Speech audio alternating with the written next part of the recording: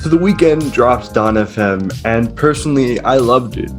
I loved almost every minute of it. Yes, the Lil Wayne inclusion was a little weird, but I will say Jim Carrey's inclusion was absolutely hilarious. Can I see one today?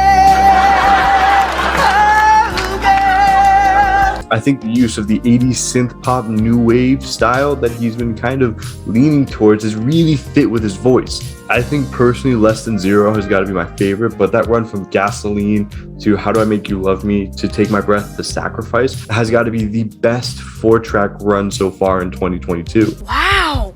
I feel like I was just on another planet. Wonder if this is what it's like to be Buster.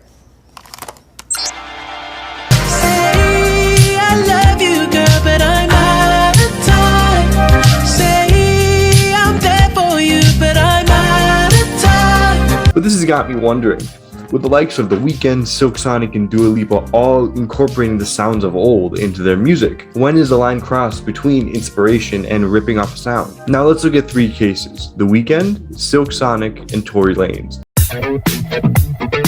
The Weeknd to me is the gold standard when it comes to using an old sound and creating your own version of it. Well, yes, he might come close at times. Like, I swear, Sacrifice sounds like it has been ripped straight from the Bad album by Michael Jackson. And yes, a case could be made that he is overusing some tropes from synth pop, like literally doing a British accent on the song Gasoline. Cool, blimey. This is a nice bloody surprise. What's this about then?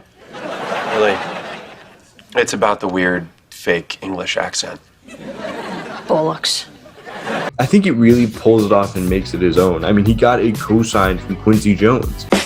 Now, I loved Silk Sonic's first album. Don't get me wrong, Put On a Smile might be one of the best songs to cry to, most likely because I was going through a split up at that time, but the less we talk about, the better. It's been a long fight. It's been a long fight, and I just had to have a warrior spirit. However, I will admit that creatively, this album adds nothing to the genre that it's basing itself on. Some have even accused this album of being whitewashed.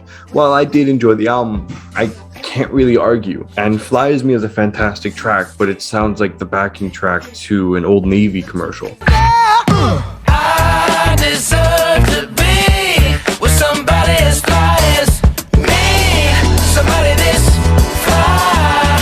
However, there is a sense of care that Anderson .Paak and Bruno Mars bring to this project, even if creatively they lack the substance needed to create a more meaningful R&B and soul album. To quote Sean C. When you capture that and you basically bring it to the new generation and it's like remastered, I don't get how you don't love it. It's impossible to dislike. Unless you're speaking from a point of originality, then sure. But even then, you gotta be a real to not like it. Plus, they do have a cosign from Bootsy Collins. Now, I won't say that I have an extended knowledge of R&B and soul. I mean, look at me. You're so white. But those are my thoughts on the project.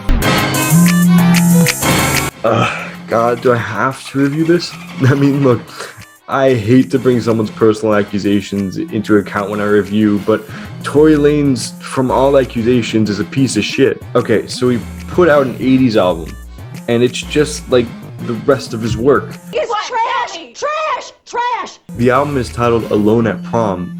Dude.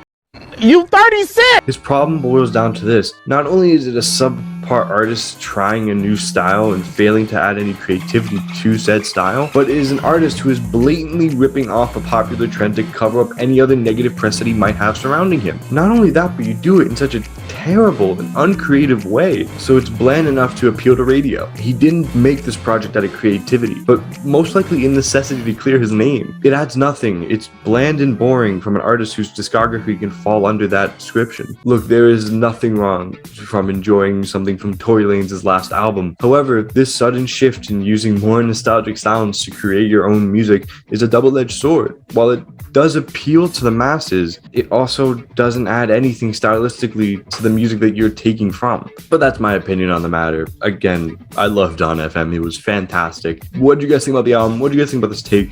I know this is something that a lot of people have talked about before, but that was just my take on it. Thank you all so much for watching. Take care and peace.